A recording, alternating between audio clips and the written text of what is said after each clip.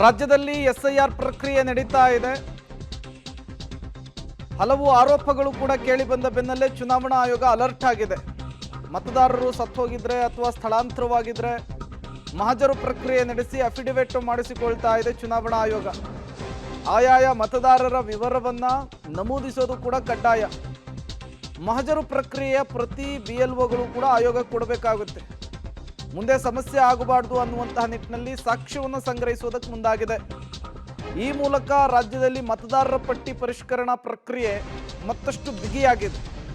ಮಹಜರು ಪ್ರಕ್ರಿಯೆ ಮೊರೆಯನ್ನ ಈಗ ಚುನಾವಣಾ ಆಯೋಗ ಹೋಗಿರುವಂಥದ್ದು. ಮತದಾರರ ಹೆಸರನ್ನ ಕೈಬಿಡಲಾಗ್ತಾ ಇದೆ ಉದ್ದೇಶಪೂರ್ವಕವಾಗಿ, ರಾಜಕೀಯ ಕಾರಣಕ್ಕಾಗಿ ಅನ್ನುವಂತಹ ಆರೋಪ ಪ್ರತ್ಯಾರೋಪ ಜಟಾಪಟಿ ಜೋರಾಗ್ತಾ ಇದೆ. ರಾಜಕೀಯ ರಾಡಿ ಆಗ್ತಾ ಇದೆ.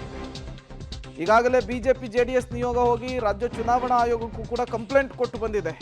ಈ ಬೆನ್ನಲ್ಲೇ ರಾಜ್ಯ ಚುನಾವಣಾ ಆಯೋಗ ಈ ವಿಚಾರದಲ್ಲಿ ಅತ್ಯಂತ ಎಚ್ಚರಿಕೆಯ ಹೆಜ್ಜೆಯನ್ನ ಇಡೋದಕ್ಕೆ ಮುಂದಾಗಿದೆ.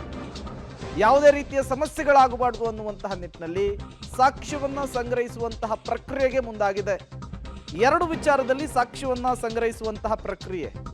ಒಂದು ವ್ಯಕ್ತಿ ಸತ್ತು ಹೋಗಿದ್ರೆ, ಮತ್ತೊಂದು ವ್ಯಕ್ತಿ ಕಡ್ಡಾಯವಾಗಿ ಸ್ಥಳಾಂತರವಾಗಿದ್ರೆ, ಶಾಶ್ವತವಾಗಿ ಸ್ಥಳಾಂತರವಾಗಿದ್ರೆ ಸಾಕ್ಷಿಯನ್ನು ಕೊಡಬೇಕಾಗುತ್ತೆ. ಅದನ್ನು ಸಂಗ್ರಹಿಸುವಂತಹ ಕೆಲಸವನ್ನ ರಾಜ್ಯ ಚುನಾವಣಾ ಆಯೋಗ ಮಾಡ್ತಾ ಇದೆ.